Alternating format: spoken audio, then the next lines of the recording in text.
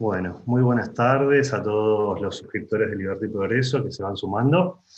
Eh, Hoy vamos a dar la última clase del ciclo que llamamos ¿Por qué no funciona el socialismo?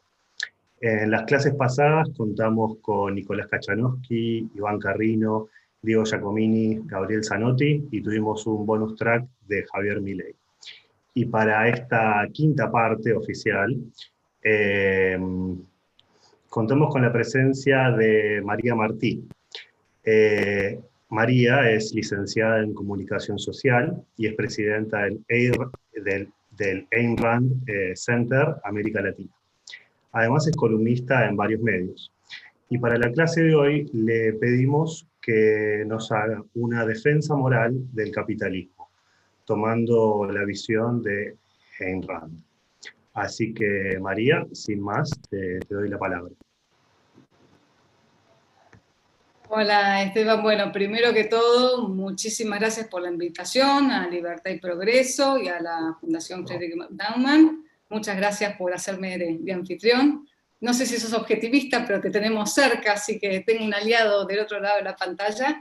Y bueno, un placer, una responsabilidad acá sobre mis hombros, ser la última. Creo que estoy cumpliendo con el cupo femenino, porque todos los demás fueron hombres también, así que espero hacer un buen rol. Y bueno, también supongo que los demás hablaron bastante de las perspectivas. No escuché todas las charlas, escuché la de Iván Carrino, bastante centrados en el tema económico, con lo cual mi objetivo acá es hablar del socialismo y del capitalismo, sobre todo, desde un punto de vista moral. Y como presidente del Ayn Rand Center Latinoamérica, no sé si la audiencia está muy familiarizada sobre quién era Ayn Rand, pero para hacer una muy breve descripción de su biografía, Ayn Rand fue una rusa nacida en 1905, pero si bien nació en la Rusia y vivió toda la revolución bolchevique, era una individualista, defensora de la libertad, defensora de la propiedad y los derechos individuales, muy aguerrida, que poca gente podía hacerla callar sobre sus ideas. Así que muy resumidamente, a los 21 años consiguió desde la Rusia soviética una visa para irse a Estados Unidos como visita para sus parientes que estaban en Chicago, sabiendo un poco que nunca más iba a regresar a Rusia. Quería ser escritora, quería ser filósofa, y la única manera de poder poner en papel sus ideas y poder pelear por sus ideas sabía que eran en un marco de libertad y en un marco de respeto por los derechos individuales, cosas que no iba a encontrar en Rusia. Así que a los 21 años en Chicago, con un ruso muy fuerte y muy poco inglés, empezó a abrirse paso, primero en la industria del cine, luego escribiendo sus propias historias, sus propias novelas, que muchos por ahí habrán leído, como Los que vivimos, La rebelión de Atlas, El manantial, Himno. La rebelión de Atlas fue como su obra maestra. Y también escribiendo, mientras iba desarrollando su filosofía, también fue escribiendo sus libros de no ficción, en donde todas sus ideas filosóficas las fue volcando justamente en libros como La virtud del egoísmo, Filosofía, Capitalismo, el ideal desconocido, Filosofía, quien la necesita, Introducción a la epistemología objetivista, pasando un poco por todas las ramas de la filosofía, de la metafísica, a la epistemología, a la ética, a la política y a la ética con su libro, estética, perdón, con su libro romántico, el Romantic Manifesto, Manifiesto Romántico. Es una filósofa muy controvertida, o la más o la odias. En mi caso soy de las que las amo, de las que la amo, porque creo que ella nos trajo una filosofía de ideas muy integradas, en donde está todo en relación y está muy en consecuencia con lo que es la naturaleza humana. Y aquí quiero entrar un poquito ya en el tema de la moralidad del capitalismo. Y yo un poco lo que veo es, nosotros tenemos hoy en día los mejores economistas, tenemos todos los economistas de nuestro lado, del lado liberal. Lo tenemos a Friedman, a Hayek, a Mises, ahora a Kachanowski, a Milei. Digamos, toda la defensa económica del capitalismo la tenemos al alcance de nuestra mano. la realidad está de nuestro lado. Es decir, nosotros si viajás, si alguna vez han viajado a Cuba y han viajado a Estados Unidos, o han viajado a Canadá y han viajado a Venezuela, la evidencia de que el capitalismo funciona y de que el socialismo no funciona es terriblemente fuerte, es decir, no hay manera de poder evitarla. Al mismo tiempo, todas las estadísticas, si nosotros vemos las estadísticas que presenta el Instituto Fraser o la Heritage Foundation, y vemos y comparamos los países que tienen mayor libertad económica con los países que les va mejor en cuanto a cuántas riquezas generan, la calidad de vida de las personas, dónde la gente vive más, dónde los derechos de las mujeres son más respetados, siempre vamos a ver una correlación entre libertad económica, libertad de mercado y justamente buena calidad de vida, mayor riqueza, más vida, mayor respeto por la propiedad, etcétera, etcétera. Y sin embargo, lo que nos encontramos en la región, sobre todo en América Latina, es que a pesar de toda esa evidencia, a pesar de tener toda la realidad a nuestro lado, a pesar de tener los mejores argumentos de los mejores economistas, seguimos probando de una manera u otra con algún tipo diferente, con algún tipo de socialismo, de colectivismo. Lo vemos desde en toda Latinoamérica, en algunos países más, por supuesto, como en Cuba o en Venezuela, donde ya es socialismo, comunismo, o mismo en la Argentina, en donde siempre estamos coqueteando con las ideas socialistas, conservando ciertas variables capitalistas. Entonces la pregunta aquí es, ¿por qué? ¿Por qué si tenemos toda la evidencia de nuestro favor, seguimos de alguna manera probando con más recetas socialistas? Y aquí yo creo que Ayn Rand tenía una muy buena respuesta. Ella decía: la política y la economía no dejan de ser de consecuencias de las ideas filosóficas que prevalecen en una sociedad. Es la filosofía la que define qué tipo de políticos vamos a elegir y qué tipo de medidas económicas y medidas políticas vamos a apoyar. Entonces, el problema es no la política y la economía, sino que lo que tenemos que analizar es la base moral de una sociedad. Y aquí es donde la mayoría de la gente, y aquí sí me gustaría empezar a compartir la pantalla, Esteban, vos me dirás si se ve bien o no. Denme un minuto. Share screen. Vamos a ver un minuto acá. ¿Se ve bien? Ahí se ve perfecto. Ok. Bueno, y aquí es donde la sensación que yo tengo es que la gente en el fondo ve los resultados prácticos del capitalismo y no los niegan. Dice, bueno, es cierto que el capitalismo genera mayor riqueza, que en el capitalismo se vive mejor, y el socialismo ha dado muestras, digamos, que no logra generar riqueza, que la mayoría de los países socialistas son más pobres, pero en el fondo la base moral del socialismo es mucho más noble que la base del capitalismo. Y lo ven como el socialismo como un ideal altruista, en donde procura el bien común, y esa es la base moral que en definitiva la gente se siente apegada, que abraza ese tipo de base.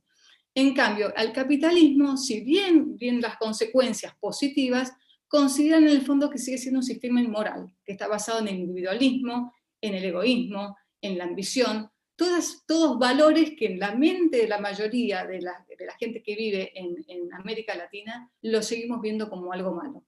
Digo América Latina porque creo que lo que tenemos más en común acá todos, pero posiblemente si vamos ahora a Estados Unidos o a Europa ocurre lo mismo. Pero me voy a concentrar un poquito en lo que pasa acá. Y el otro día justamente veía uno de estos clips que corta Antonella Martí, que estaba en un programa, le encanta discutir con los socialistas y lo hace muy bien. Y en un momento uno de ellos, no me acuerdo el nombre, le pregunta, pero bueno, nadie discute un poco que el capitalismo genera riqueza y demás, pero vos qué estás defendiendo, le pregunta Antonella. ¿Estás defendiendo los resultados del capitalismo o la base moral? Algo así, ¿no? Más o menos esa fue la pregunta. Y Antonella sabiamente contestó las dos cosas, digamos, porque obviamente un sistema que funciona y genera riqueza y demás, tiene que estar basado en ciertas premisas morales que están justamente de acordes a la naturaleza humana. Y bueno, obviamente no daba para explicar en el momento, no sé cómo continúa el programa, pero eso es básicamente la premisa de Ayn Rand. Ayn Rand dice que un sistema social, un sistema político como el capitalismo tiene que ser defendido desde el punto de vista filosófico. Y ella va desde el punto de vista filosófico, habla desde la metafísica hasta la epistemología, hasta la ética. Pero digamos, como eso ya llevaría más que un webinario de 1 hora, un curso de unas cuantas horas, lo que quisiera concentrarme ahora es en la defensa moral que proporciona Ayn Rand al capitalismo, y que yo considero que es fundamental si realmente queremos generar un cambio hacia el capitalismo en el largo plazo. Lo que dice un poco Ayn Rand se basa en esto. Dice, cuando nos hacemos la pregunta de cuál es el mejor sistema social para vivir, ella lo que dice es, esta respuesta debe establecerse de una manera objetiva, teniendo en cuenta que es un sistema para seres humanos. Es decir, básicamente lo que ella hace acá es ligar en un sistema social, un sistema económico y político, a que justamente los que tienen que vivir dentro del sistema son seres humanos, no son cucarachas, no son hormigas, no son árboles, son seres humanos. Entonces, lo fundamental para determinar qué es lo bueno, cuál es el mejor sistema social para vivir como seres humanos, tenemos que mirar justamente la naturaleza de los seres humanos. Ella lo que dice también es que todo sistema social se basa en una teoría de los valores, que hay varias teorías de los valores, y ella lo resume de esta manera. Está aquella teoría de los valores que considera que el bien, lo bueno, es algo intrínseco, que el bien, acá un poco la descripción es, el bien es inherente a las cosas como más allá, en forma independiente de su contexto o de sus consecuencias. Por ejemplo, el bien común es algo bueno. No te preguntas, ¿qué consecuencias tiene eso para el ser humano? Hay que alcanzarlo porque es la idea de lo que es bueno. Y si necesito imponerlo a los demás y sacrificar a algunos en el camino, también lo podemos hacer, porque intrínsecamente es algo que es bueno por sí. El subjetivismo es otra de las teorías de los valores que te dicen, no, es bueno aquello que a mí se me ocurra que es bueno. Es decir, sin pasarme la realidad, es por ahí lo que pienso en el momento, el capricho del momento, lo que siento en el momento. Y eso es un poco, yo siempre a veces digo estos movimientos feministas, ¿no? Que están en contra del capitalismo, pero cuando ven cómo tratan a las mujeres en el Islam, dicen, ah, no, pero ellos tienen otros valores, y esos valores no son mejores o peores que los nuestros, son los valores de ellos. Eso es un poco el subjetivismo, y pensar que para mí está mal que venga un hombre y me pegue, pero si eso lo hacen en otro sistema, bueno, yo no soy quien para juzgar los valores de ellos, los valores son subjetivos. Y lo que trae Ayn Rand es lo que es la teoría de los valores objetivos, en donde dice, el bien es un aspecto de la realidad en relación con el hombre, y implica la evaluación de los hechos de la realidad. Es decir, hay cosas que objetivamente son buenas para el ser humano. Ahora vamos a ir un poco a los detalles, pero la libertad es algo bueno que es objetivo es objetivamente bueno para el ser humano. Hacer ejercicio y tener una vida saludable es algo que es objetivamente bueno para el ser humano, en tanto que el ser humano respete la vida. Entonces, sobre estos 3 puntos es importante, porque vamos a ver que lo que dice finalmente Ayn Rand, que la defensa moral del capitalismo tiene que estar basada en una teoría de los valores objetivos, que hay cosas que objetivamente son buenas o malas para el ser humano. Y otra de las cosas que dice es, ok, para definir por qué un sistema es bueno o malo, tenemos que mirar la naturaleza humana, tenemos que mirar qué tipo de bichos somos nosotros. Entonces, lo que dice, bueno, ¿cuáles son las características fundamentales del ser humano? Lo que dice, bueno, el ser humano no es un animal, no tiene un código de valores automático, no sabe cuando nace automáticamente qué es lo que tiene que hacer y qué es lo que no tiene que hacer, qué es bueno, qué es malo. No es como un león que ve un ciervo y automáticamente va, lo corretea y se lo come crudo, digamos, porque necesita alimentarse. El ser humano no tiene ese código automático para sobrevivir. La herramienta del ser humano para justamente conocer la realidad y poder sobrevivir es su propia mente. Todo lo que el hombre necesita tiene que ser descubierto por su mente y producido por su esfuerzo. Y si nos ponemos a pensar, miremos alrededor nuestro y veamos cuáles son las cosas que necesitamos para vivir, y no solamente para vivir me refiero a alimento, agua y demás, sino para vivir de la mejor manera posible. Y si nos ponemos a pensar en todas las cosas que nos hace posible nuestra vida, debieron ser creadas por alguien o nosotros que tuvimos que pensar. Es decir, la primera descripción del ser humano es alguien que tiene que pensar para poder sobrevivir, para inventar las herramientas, para poder arar el suelo y cultivar las papas, para poder generar tecnología que mejore la vida, para poder generar medios de transporte, para cualquier creación que mejora la vida del ser humano, el ser humano tiene que pensar. Y lo que dice acá producir es aplicar la razón al problema de la supervivencia. Si algunos hombres deciden no pensar, ellos pueden sobrevivir solamente imitando y repitiendo una rutina de trabajo descubierta por otros. Y esto es importante porque a veces nosotros nos imaginamos, bueno, pero no todo el mundo trabaja, y sin embargo la gente que trabaja también sobrevive, y por ahí no piensa, se pasa el día tomando solo o adorando a algún dios, y sin embargo no ha pensado para producir lo que consume. Pero el punto ahí es que necesariamente alguien debió hacerlo, y esa persona de alguna manera está viviendo gracias a los resultados de esa persona que decidió pensar, decidió producir, y producir lo suficiente incluso para poder darle o a garantizar la vida de esa persona que decidió no hacerlo. Otra de las características que dice Rand sobre la naturaleza humana, más allá que el ser humano necesita pensar, es que somos individuos. Es decir, aquí no somos una masa de un todo, y de la misma manera que Esteban no puede comer por mí y masticar por mí y digerir por mí en forma biológica, es decir, él es un individuo que necesita hacer todas esas gestiones, digamos, por sí mismo y yo por mí misma. De la misma manera, nadie puede pensar por mí. Yo necesito pensar por mí, necesito producir por mí, necesito sustentar mi vida por mí mismo. No existe algo así como una mente colectiva. Cada persona tiene su mente y con esa mente tiene que decidir qué tipo de vida quiere tener, cuáles son sus sueños, cuáles son sus proyectos, y además cada individuo tiene sus propias habilidades, tiene sus propias metas, con lo cual pensar en el ser humano como algo colectivo es completamente destructivo. Es decir, tenemos que tener en cuenta que parte de la naturaleza humana es que somos individuos, y como individuos somos completamente diferentes, tenemos una naturaleza humana en común, pero al mismo tiempo tenemos proyectos diferentes, habilidades diferentes, sueños diferentes. El otro punto, y aquí vamos a ir entrando un poco a lo que es la descripción de los derechos individuales de Ayn Rand.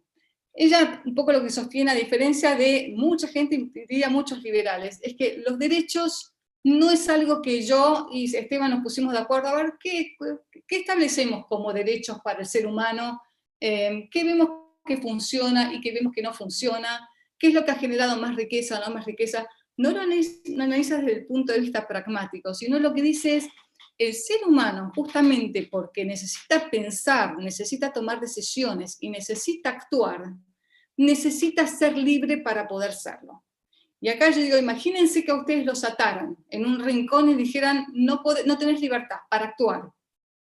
No sé cuánto tiempo podrían sobrevivir, si el secuestrador es buena persona y por lo menos le da un poco de alimento, quizás sobreviven, pero atados de manos y pies, sin poder actuar, uno no puede sobrevivir. Y lo mismo, uno no puede pensar con una pistola en la sien. Si te dicen lo que tenés que hacer, si te dicen incluso que eso que tenés que hacer va en contradicción con aquello que vos pensás que tenés que hacer para sustentar tu vida y para mejorar tu vida, no hay manera que tengas libertad y no hay manera que puedas sobrevivir en el largo plazo. La libertad es algo que requiere el ser humano para vivir justamente como ser humano. Estas son dos frases de Ayn Rand que justamente al respecto dice, la supervivencia del hombre requiere, justo me tapa la pantalla, requiere que aquellos que piensan sean libres de la interferencia de quienes no lo hacen.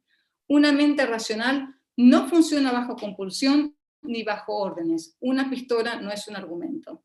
Con lo cual de acá se vamos desprendiendo que el derecho fundamental es el derecho a la vida. Sin vida obviamente no hay ningún otro valor que tenga sentido. Si estás muerto, ninguna otra cosa tiene ningún valor. Ahora, si uno quiere vivir y quiere vivir como ser humano, la libertad es el corolario, digamos, de este derecho a la vida. Tenés que tener derecho a tu libertad para poder vivir y sobrevivir como ser humano. Sigo. El otro corolario es justamente el derecho de propiedad, la propiedad. Y lo que lo explica Ayn Rand es de esta manera.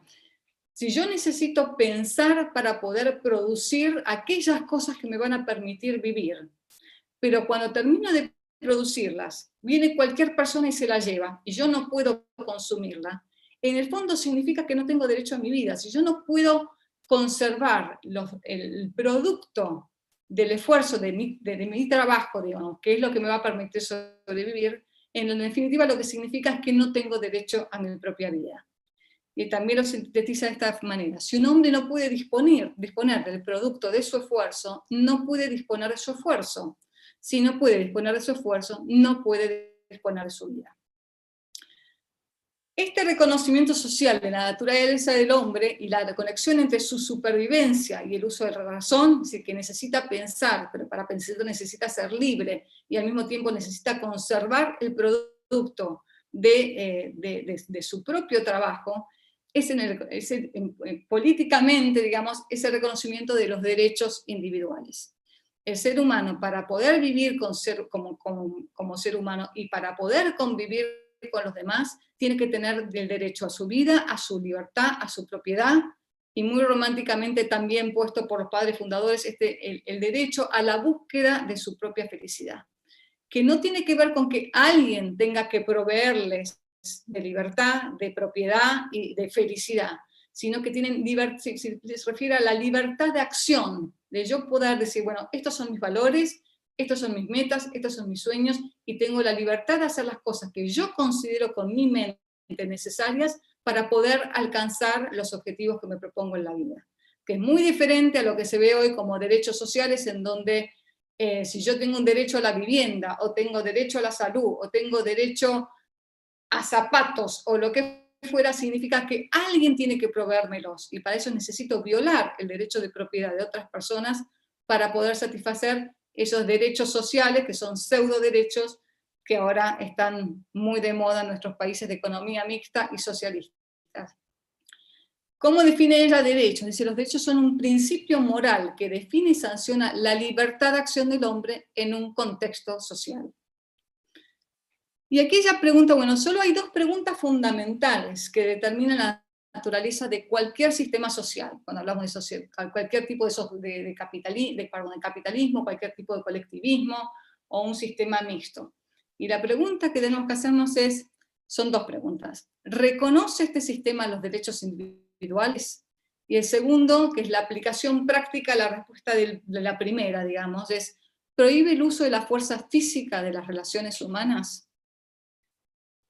Ella lo que dice básicamente es que el capitalismo es el sistema que se basa en el conocimiento de los derechos individuales, en donde ninguna persona, ni ningún grupo de personas, ni el gobierno tiene el derecho a iniciar el uso de la fuerza digamos, en contra de otra persona o grupo de personas. Y acá el factor importante también a marcar es la palabra iniciar, porque uno obviamente siempre tiene el derecho a la defensa, y lo que ella considera que el gobierno tiene como único rol justamente el respeto, garantizar los derechos individuales de las personas, y que solamente puede usar la fuerza digamos, del Estado como fuerza retaliatoria. Es decir, cuando alguien infringe o viola un derecho de otra persona, el gobierno o el Estado tiene el derecho de agarrar a esa persona, juzgarla y ponerla adentro y castigarla. Entonces, básicamente, ¿qué es lo que dice ella del capitalismo? El capitalismo, la base moral del capitalismo, éticamente, es que cada individuo, porque somos individuos, es un fin en sí mismo. Que tenés derecho a tu propia vida, que tenés derecho a elegir tus propios valores, que tenés derecho a actuar de manera libre para justamente tratar de alcanzar esos valores que querés alcanzar, y que podés conservarlos. Esa es la base ética del capitalismo. Cada hombre tiene derecho a su vida, tiene derecho a ser feliz. Y políticamente la manera en que esto se especifica o se plasma es con el reconocimiento de los derechos individuales. La justificación moral del capitalismo no radica en la afirmación altruista de que representa la mejor manera de conseguir el bien común. Eso es solo una consecuencia secundaria. También hace una mención de que el bien común como concepto no tiene mucho sentido, pero dice, si algún sentido tiene ese concepto, eso es solo una consecuencia secundaria. La justificación moral radica en que es el único sistema consonante con la naturaleza racional del hombre, que protege la supervivencia del hombre como hombre y que su principio rector es la justicia. Y aquí después, lo dejé para el final, pero quizás vale la pena hacer una mención acá, que esto es muy importante, y esto yo creo que es lo que distingue a Ayn Rand de muchos otros liberales, que ella hace mucho hincapié en que la defensa del capitalismo tiene que ser una defensa moral, porque es la base justamente del sistema, y el resto, digamos, las cosas positivas que de ahí proceden son consecuencias. Y lo que ella critica mucho, tiene una frase que la voy a mostrar también al final, que dice: Dios salva el capitalismo de sus defensores, porque dice que muchos de los defensores del capitalismo, en vez de ir a defender moralmente el capitalismo, lo que hacen es usar los mismos argumentos que usan los colectivistas. Decir, bueno, el capitalismo es lo mejor porque logra el bien común, porque logra el bienestar de todos, porque genera riqueza para todos. Cosas que en definitiva también son ciertas, pero estás dando el argumento moral, se lo estás dando al enemigo. Estás diciendo, lo importante del capitalismo es que nos mejora a todos. Es que, y de alguna manera uno podría decir, bueno, pero entonces, ¿podríamos sacrificar a alguno para mejorar a todos? Ella dice, no, el argumento moral del capitalismo es que justamente respeta la naturaleza del individuo, respeta a cada individuo, ve al individuo como un fin en sí mismo y no como parte de un todo que se puede sacrificar en pos de ese todo. ¿Cuál es, en cambio, para hacer un poquito de contraposición, cuál es la base ética del socialismo? Que en el fondo mucha gente termina abrazando. Y en el fondo justamente esta idea del bien común, del sacrificio, de que mi vida no me termina de pertenecer, que parte de mi misión en esta vida es servir a los demás, y que si no lo hago no sirvo. Famosa frase, no quiero tocar ningún punto acá complicado, pero famosa frase de Madre Teresa de Calcuta: el que no vive para servir no sirve para vivir.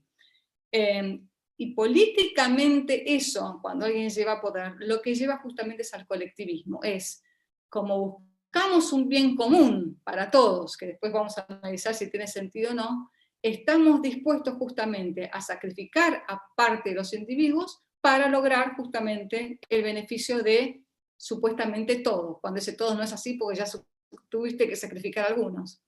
El bien común es la base de todo colectivismo y de toda tiranía de la historia. Estas frases son todas de Ayn Rand, no las terminé al final, me quedó poco tiempo para hacer PowerPoint, así que no puse las quotes y los nombres, pero son de ella. El grado de esclavitud o libertad de una sociedad corresponde al grado en que ese eslogan se ha tomado en serio o no. Y si vemos todas las tiranías que ha habido en la historia, desde el nazismo hasta el comunismo, todos han tomado como lema es lograr el bien común, lograr el bien del país, el bien de la sociedad, el bien de la raza o el bien del grupo. Y como pudimos ver, estuvieron dispuestos a sacrificar a unos cuantos individuos en el camino. Rousseau, el francés Rousseau, decía, no me acuerdo la frase exacta, pero decía, cada uno de nosotros somos parte de una gran maquinaria, y si el Estado considera que tiene que sacrificar a alguno de esos individuos para lograr el bienestar de todos, bueno, tenemos que sacrificar a tales individuos. Y eso necesariamente termina llevando a un sistema autoritario, porque si a vos no te obligan como individuo a hacer determinadas cosas, a sacrificarte de tal manera y a pagar 70% de impuestos para mantener a los demás, vos no lo harías, con lo cual necesitas necesariamente un sistema autoritario que te imponga cierto grado de esclavitud para que otros se beneficien. Y acá vemos un poco el tema del hombre nuevo, por ejemplo, y esto cuando decimos que el capitalismo se basa en la naturaleza humana y que el socialismo va justamente en contra de la naturaleza humana, es que justamente no toma el tema de que el ser humano es un individuo que tiene sus propios proyectos, que tiene sus propios sueños, que es egoísta en el sentido de Ayn Rand, que busca lo mejor para su propia vida, y eso no significa estar dispuestos a pisar cadáveres a los demás, sino buscar los propios valores. Y justamente el socialismo se basa en otra cosa. Lo que el socialismo trataba de hacer era transformar la naturaleza del hombre y transformarlo en algo que el hombre no es. Y justamente acá, esto lo saqué de Wikipedia, pero decía, uno de los principales rasgos, cuando uno pone hombre nuevo, dice, uno de los principales rasgos del nuevo hombre soviético era el colectivismo altruista, lejos del egoísmo individualista típico de las sociedades burguesas y capitalistas. Obviamente no aclara a qué se refiere con altruismo y no aclara a qué se refiere con egoísmo, cosa que Ayn Rand explica muy bien los dos conceptos. No quiero meterme mucho en eso, pero básicamente ella lo que dice, el altruismo no es la benevolencia, no es la ayuda solidaria y voluntaria a otras personas porque consideramos que eso es algo bueno y nos va también a generar un beneficio a nosotros, sino que el altruismo es el sacrificio de los valores más importantes de nuestra vida por valores de menos importancia. Para poner un ejemplo extremo, pero para que más o menos le visualicen, es, se está incendiando mi casa y está mi hijo adentro, o se está incendiando la casa del vecino y con el hijo del vecino ahí. Obviamente quiero más a mi hijo, no, pero por altruismo, eso es lo como ella lo define. Altruismo es sacrificar el valor más importante, que en este caso sería mi casa y mi hijo, por un valor que es menos importante. Y de alguna manera todos estos sistemas autoritarios o colectivistas te piden que dejes de lado tus valores para beneficiar los valores, obviamente, de otras personas que nunca es uno. Y acá justo encontré un poema que dedicó Vladimir Mayakovsky en honor a Vladimir Lenin, que justamente muestra un poco este tipo de hombre que ellos querían lograr y la visión que tenían del individualismo y del egoísmo y de la búsqueda. Es un poco más largo, pero básicamente saqué este pedacito que dice, ¿quién necesita a uno como individuo, ¿no? La voz de uno es más tenue que un chirrido. ¿Quién la oirá? Solo su esposa. Uno no tiene sentido, uno es cero. No hay mucho más que decir de socialismo, creo que todos nosotros conocemos las consecuencias, pero básicamente es cuando el bien de una sociedad se considera superior al bien de sus miembros individuales, significa que el bien de algunos hombres prevalecerá sobre el bien de otros. El otro día estaba viendo cuáles fueron los mayores criminales, digamos, de la historia, y todos ellos tenían algo en común, que eran justamente colectivistas, y tuvieron que poner un sistema autoritario para lograr sus metas, tratando justamente de sacrificar al individuo en pos de este bien común que suena muy lindo, pero termina siendo un desastre. Y aquí muchos preguntan, me acuerdo que una vez, no sé si fue Iván Carrino que le preguntó a un Cargate, que es uno de los objetivistas del Ayn Rand Institute, dice, bueno, pero Ayn Rand dice en el fondo que el ser humano necesita libertad y necesita propiedad para poder vivir como tal, y que en caso de que estos dos derechos no se respetaran, el hombre moriría. Pero la realidad es que en la mayoría de los países, en ningún país se da el capitalismo puro, y en todos vivimos en una mezcla de economía mixta, en donde hay algunos más capitalistas y otros menos capitalistas, pero en donde todos estamos cediendo permanentemente parte de nuestra libertad y nuestra propiedad, y sin embargo seguimos viviendo, es decir, no es que nos morimos. Entonces la pregunta es, ¿hasta dónde tenía razón Ayn Rand cuando se refería a esto? Y yo creo que acá es muy importante aclarar que es el principio. Uno cuando busca cuál es la mejor manera que tiene el ser humano de vivir, uno establece un principio. Estos son los principios sobre los cuales el ser humano tiene para vivir. Y él puso un ejemplo que me pareció muy bueno. Dice, vos en una economía, es decir, en una economía mixta, para poner un ejemplo, vos tenés una planta en tu casa.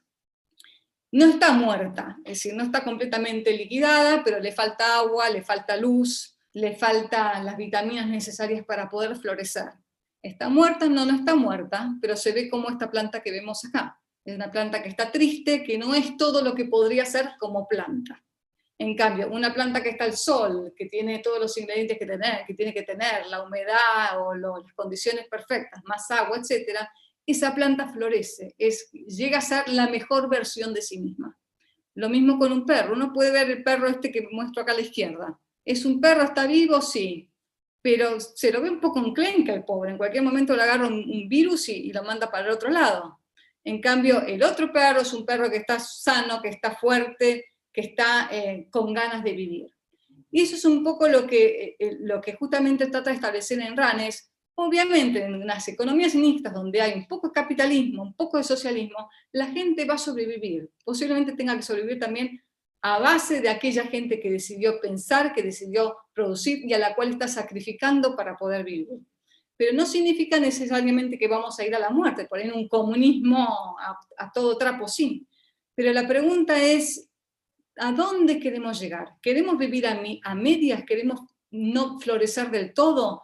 ¿Queremos no sacar lo mejor que podemos ser como seres humanos, o queremos justamente lo mejor, queremos libertad absoluta para vivir nuestra vida como querramos, queremos respeto absoluto por nuestra propiedad, queremos florecer y poner en práctica nuestras habilidades de la mejor manera que podemos.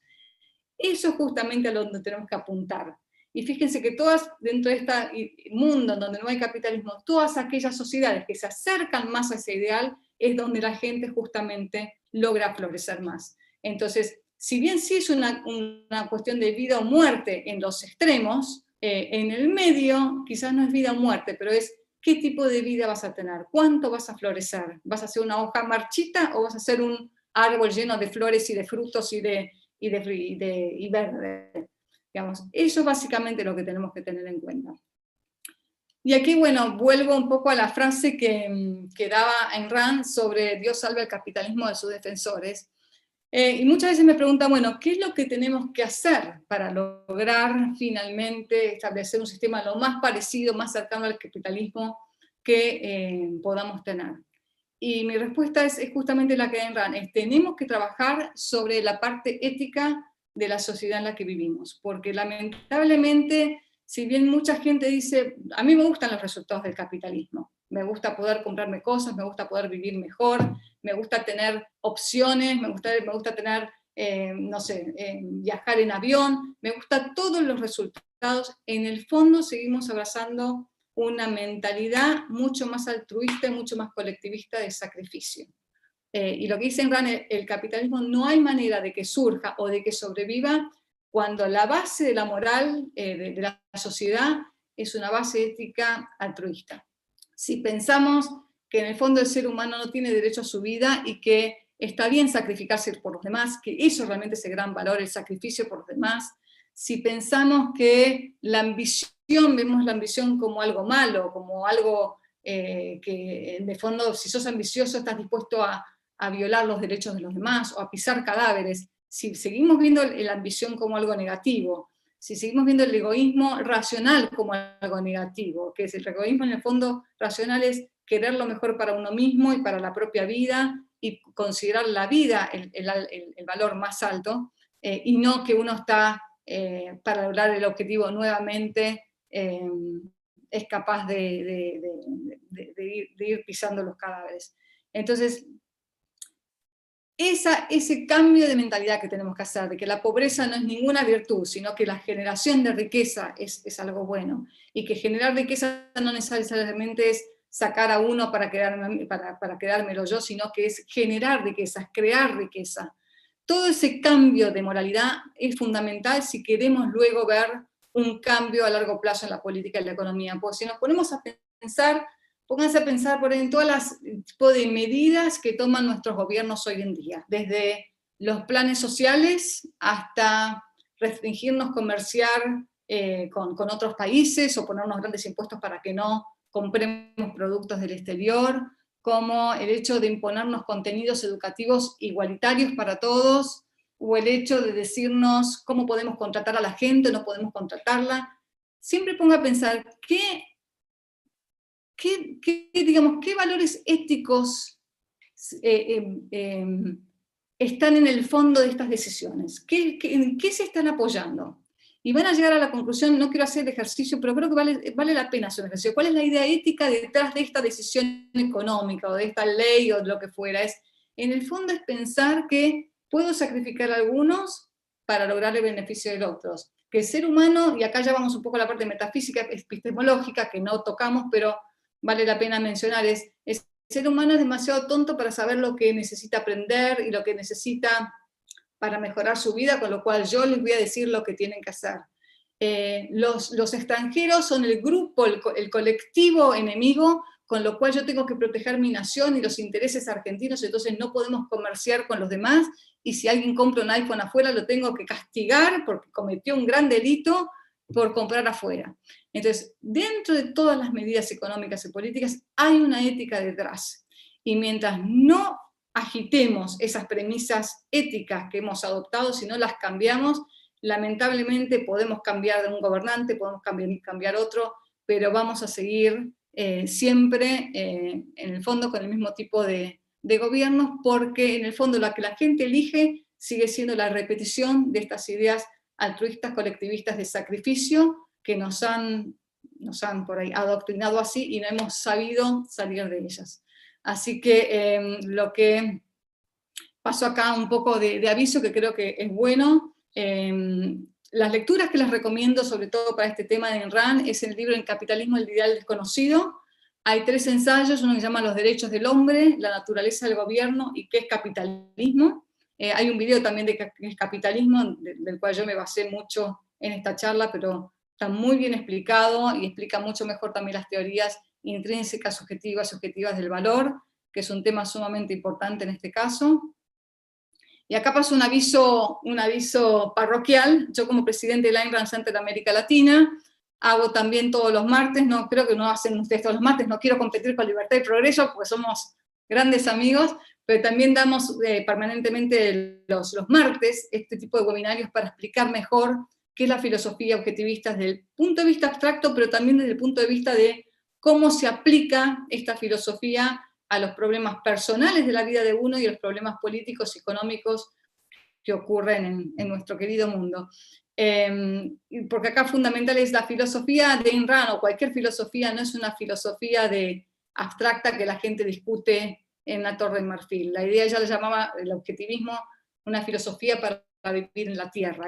Tenemos que usar la filosofía para ayudarnos a vivir una mejor vida, para tomar buenas decisiones y para actuar de la mejor manera posible. Y acá, bueno, si nos quieren seguir, AynRandLatam.org es nuestra página web.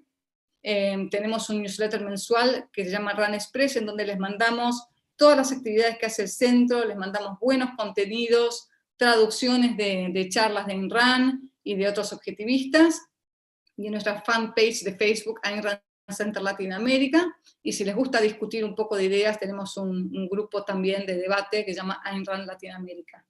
Y en Instagram y en Twitter estamos como Ayn Rand Latam.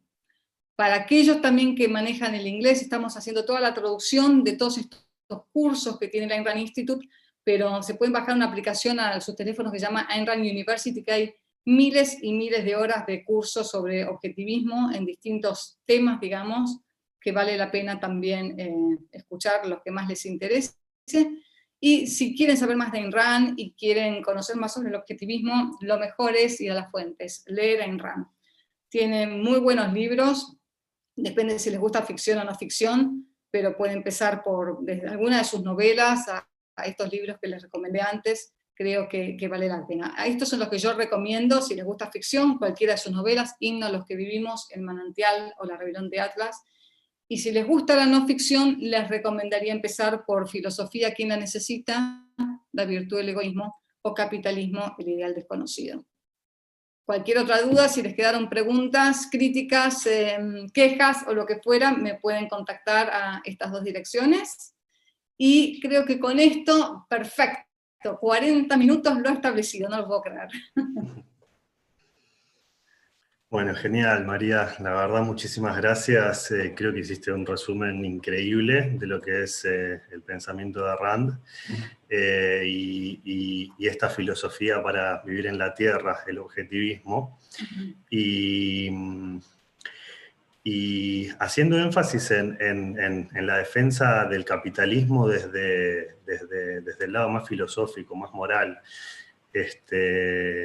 Sabemos que el capitalismo tiene excelentes resultados, eso está a la vista de todos.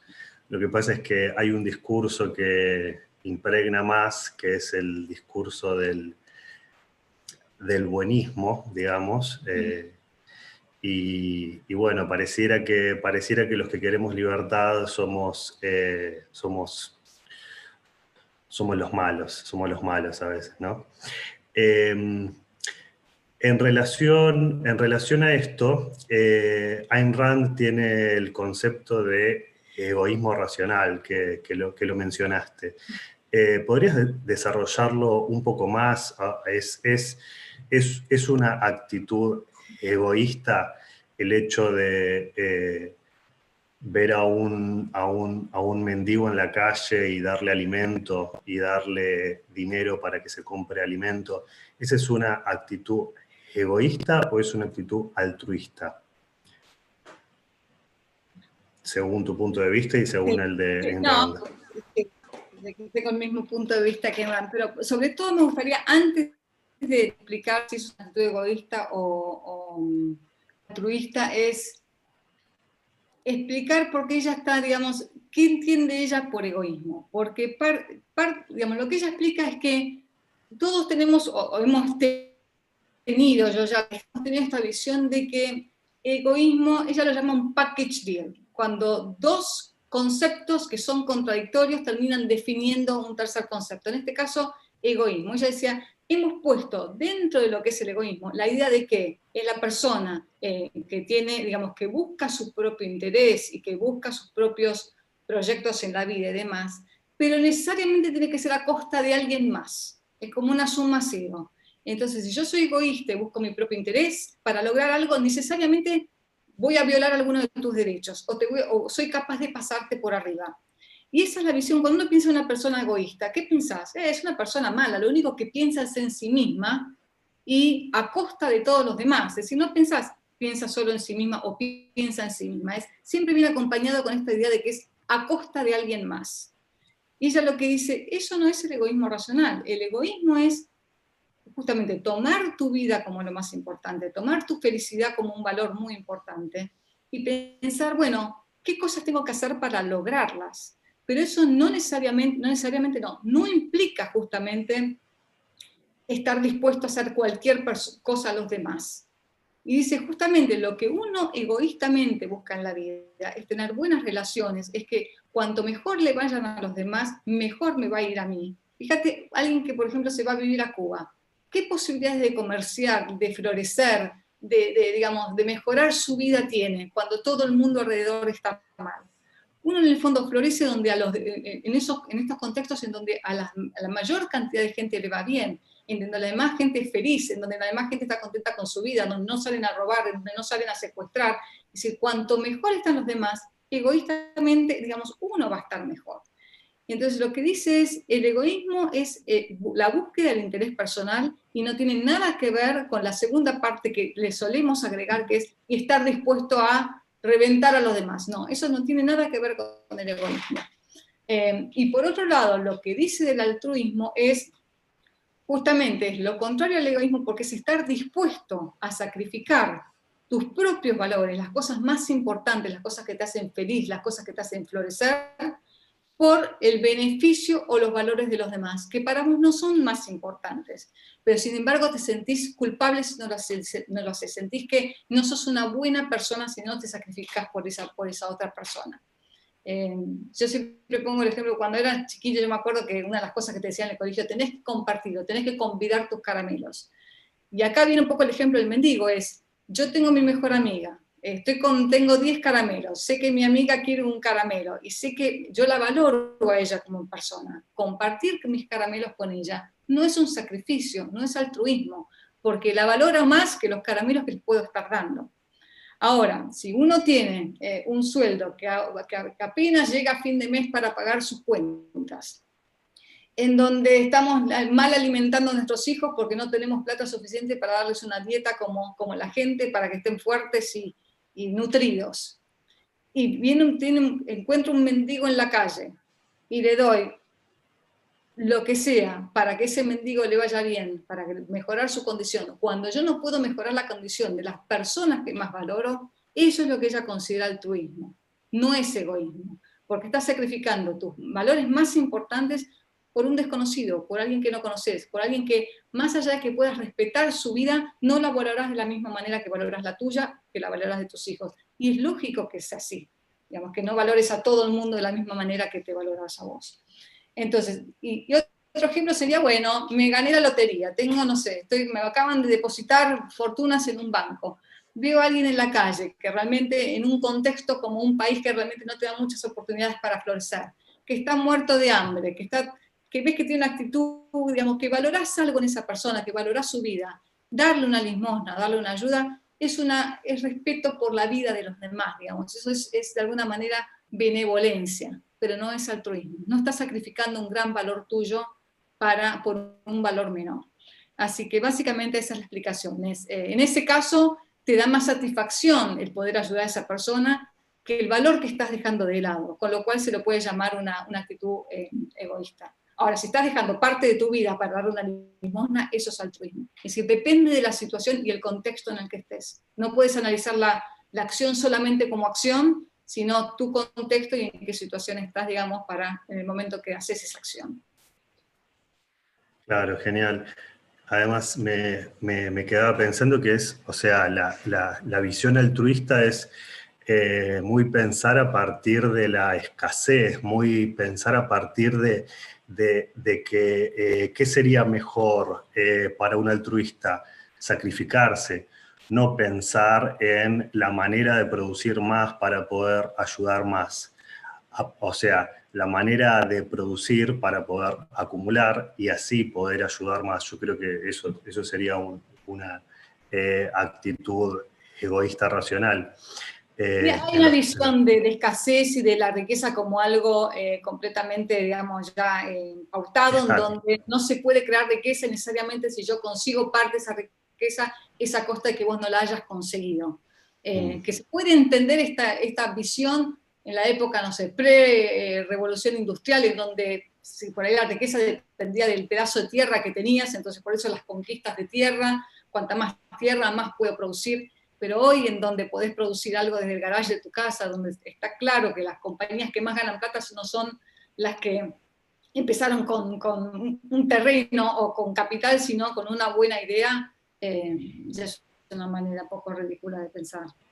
Totalmente. Acá hay otra pregunta que nos hacemos mucho entre los liberales, y yo bueno, cuando paso por la facultad o hablo con personas de las ciencias sociales, lo pienso mucho. En las ciencias sociales se define al capitalismo en términos marxistas, porque bueno, Marx fue el que usó por primera vez esa palabra, tengo entendido. Entonces, se asocia capitalismo con la propiedad de los medios de producción. La propiedad privada de los medios de producción. Cuando los liberales en realidad asociamos al capitalismo, digamos la verdadera esencia del capitalismo, es que es un sistema que nace a partir de la libertad, de la libertad individual de poder tener propiedad privada. A partir de ese momento, y tengo entendido que Rand también da inicio al capitalismo, digamos, después de la Revolución Francesa, cuando por primera vez en la historia el hombre normal podía ahorrar y podía tener, o sea, podía invertir y podía tener capital y podía tener medios de producción. Pero esa era la última parte, ¿no? Entonces, hay una pregunta que dice, ¿no deberíamos defender el libre mercado más que defender tanto el capitalismo? ¿Qué piensa Rand sobre eso? Es que en realidad, bueno, depende otra vez, depende un poco la definición que uses de capitalismo. Ella usaba el capitalismo definiéndolo como, y justamente por ahí hasta para hacerle un poco la pelea a Marx, ¿no? Pero decía, ese sistema basado en el reconocimiento de los derechos individuales, incluyendo, siendo estos derechos la vida, la libertad y la propiedad, en donde toda propiedad es privada. Si te pones a pensar lo que es el libre mercado, básicamente lo que hace es basarse en la libertad. Es decir, cuando uno habla de libertad, la libertad es algo, digamos, encerrado en un globo. La libertad es la libertad para actuar como vos quieras, obviamente sin violar la libertad de los demás, para comerciar con quien quieras, para casarte con quien quieras, que es algo que nos parece normal, pero que en algunos países no es así. Para emplear a la gente que vos quieras. La libertad implica justamente libertad de acción, y en eso es libertad de mercado, con quién intercambiar. No sabría decir si nos conviene usar libertad de mercado y demás. Yo creo que el tema del capitalismo, yo creo que lo importante es que acá el término es los derechos individuales, y saber que los derechos individuales en el fondo no son otra cosa que la llave política de lo que es la ética justamente de que cada ser humano tiene derecho a su propia vida, que tiene derecho a ser feliz y a los resultados de sus actos, los malos y los buenos, el producto, digamos, la propiedad, y también pagar el costo cuando se equivoca. Yo creo que el libre mercado, por ahí me estoy equivocando, no tengo claro, pero me parece que lo restringe mucho más a lo que es las transacciones económicas.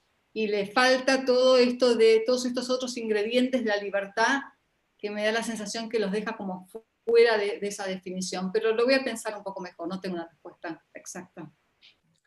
Sí, y creo que podríamos hacer distinciones entre dos tipos de capitalismo, ¿no? Un capitalismo de libre mercado y un capitalismo de Estado, en donde los medios de producción están en manos privadas, pero la economía está completamente intervenida por el Estado.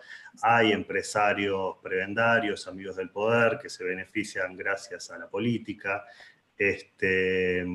Y hay lobistas, o sea, ese no es el capitalismo que Rand defiende, ni que ningún liberal defiende. Nosotros tenemos un... Individuales, exacto. Claro. Buena diferenciación. Bueno, sigo con otra pregunta. Hay una que dice, ¿cómo se llevan el objetivismo con la traducción judeocristiana? No muy bien. Básicamente, bueno, el objetivismo es una filosofía atea, es decir, en realidad más que una filosofía atea es una filosofía basada en la razón.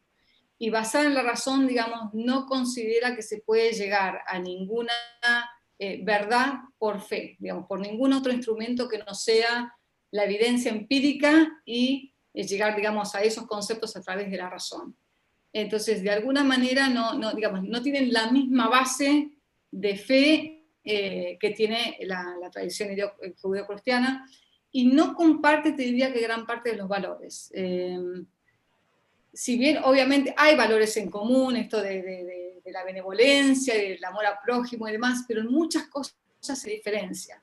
Yo creo que parte de las diferencias es que la tradición judío-cristiana pone el énfasis en el otro, pone el énfasis en que parte de tu vida es servir a los demás, o es incluso parte el sacrificio por los demás. Y esto otra vez, repito la frase de esta Teresa de Calcuta, es decir, vivir para servir, si no servís para vivir, si no vivís para servir, no servís para vivir. Y hay toda una idea detrás de la religión de ciertos valores que no son compatibles con el objetivismo, como que la pobreza en sí también es algo buena, que la ambición es algo malo, tiene ciertos conceptos colectivistas. Es un tema delicado y por eso no quiero generar ningún tipo de polémica acá. Pero básicamente yo diría, más allá que hay ambos consideran que hay valores objetivos, que son buenos objetivamente o malos objetivamente para el ser humano, no necesariamente coincidan en cuáles son esos valores. Es decir, creo que los valores que el objetivismo señala como buenos para el ser humano no son necesariamente los mismos que los que marca el judeocristianismo, y al mismo tiempo y fundamentalmente el tema metafísico y epistemológico no considera a la fe como un método de conocimiento, y solo se basa en que la razón es el único instrumento que tiene el ser humano para conocer la realidad, para poder actuar y para poder progresar. No sé si contesté en forma completa, pero da para otra charla larga también. Genial. Acá con lo cual, te cierro con eso, y por eso hay un debate de si todo lo que es la civilización occidental se basó en los valores del Enlightenment, digamos, del iluminismo, del renacimiento, que son mucho más similares, aunque no completamente iguales a los del objetivismo, o si se basó en la tradición y en los valores judío-cristianos. Y yo creo que somos una mezcla de las dos cosas, ¿no? Pero en mi caso, soy un objetivista, considero que los elementos que nos han hecho progresar y que nos han hecho mejorar como sociedad, aunque no todavía estemos lejos de ser una sociedad completamente capitalista, con todo el bueno que eso puede haber generado, creo que son los valores de la razón, que son los valores de la ambición, que son la creación de riqueza, son los valores más del Enlightenment, digamos, del Renacimiento, que los valores de la religión. Perfecto. Acá hay una pregunta que es más orientada a la rebelión de Atlas específicamente. Ayn Rand menciona 4 países: Estados Unidos, Inglaterra, Argentina y Chile. ¿Pensás que ella quiso decir algo con eso? Es una buena pregunta. Cada vez que veo alguna serie en televisión ahora, Argentina siempre está mencionada. Así que algo bueno o malo, algo muy bueno o muy malo habremos hecho. Yo creo que nadie puede desconocer, Imran era una estudiosa también de la historia, nadie puede desconocer lo que fue Argentina en su momento, ¿no? En los años 1880 hasta 1930, que fue uno de los países más ricos, fue uno de los países más pujantes, y fue uno de los países que copió la Constitución de los Estados Unidos. Ella tenía una gran admiración por los padres fundadores y decía que la Declaración de la Independencia de los Estados Unidos era uno de los archivos, de los documentos más valiosos de la historia de la humanidad. Y seguramente ella conocía un poco en qué se había basado la Argentina, el espíritu del argentino, lo bien que, digamos, lo floreciente que fue la Argentina en su momento, cómo atrajo todos los inmigrantes de Europa que vivían en pobreza, que vivían en guerras y que venían a buscar a la Argentina ni planes sociales, ni subsidios, ni protección, lo que venían a buscar justamente la libertad, respeto por la propiedad y poder progresar con lo que ellos mismos tenían. Así que yo supongo, pero no lo sé, que ella era conocedora de esa historia y por eso le dio a uno de sus caracteres personajes preferidos, que Francisco de Anconia, la nacionalidad argentina. Yo no me siento orgullosa ni del Papa, ni del Che Guevara, ni de Maradona. Me siento orgullosa de Francisco de Anconia. Así que, y Chile, no lo sé. Francisco de Anconia tenía minas de cobre y supongo que habrá hecho también su investigación geográfica, que había minas de cobre en Chile, así que supongo que por eso también lo mencionó. Y Inglaterra, porque en definitiva parte de todos los valores que después toma también Estados Unidos, el rule of law, el respeto por los derechos individuales, todos esos grandes valores vienen de Inglaterra. Así que algunas conjeturas mías, no es que lo sé todo, pero conjeturas pensando en cómo pensaba ella. Perfecto. Y ahora te hago la última, que ya estamos cortitos de tiempo. ¿Cómo conviene argumentar, sobre todo, bueno, acá la pregunta hace especial énfasis, sobre todo hacia las mujeres, a favor de la libertad? Como uno contra el discurso emocional, no se entiende muy bien la pregunta, pero dice, o sea, ¿cómo puede uno ir contra un discurso que se basa en la emoción, en la emocionalidad y en el buenismo? ¿Cómo es la mejor manera de argumentar? Yo creo que es usando un poco la emoción, la razón y la realidad. ¿Se refiere a las mujeres en particular acá? En general, en general. Bueno, pero para poner un ejemplo, si hablas con una feminista, decir, bueno, ¿qué es lo que vos querés para las mujeres? Tratar siempre de poner también en los zapatos de los demás, ¿no? ¿Qué querés para las mujeres? Bueno, digamos, si es una bien intencionada y si no es una mala persona, creo que te va a decir, bueno, quiero que las mujeres tengan más oportunidades, quiero que las mujeres sean independientes económicamente y que puedan decidir su futuro de la mejor manera posible sin necesitar a un hombre. Digamos, que si está con un hombre es porque desea estarlo y no porque lo necesita. Que las mujeres puedan obtener propiedad, que puedan tener más, digamos, más oportunidades para estudiar, para trabajar, etcétera.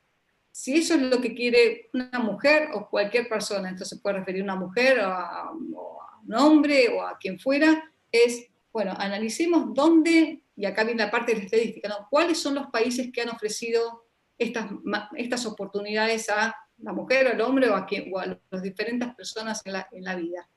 Y ahí inmediatamente la estadística te va a decir, bueno, los países que han aplicado más el capitalismo.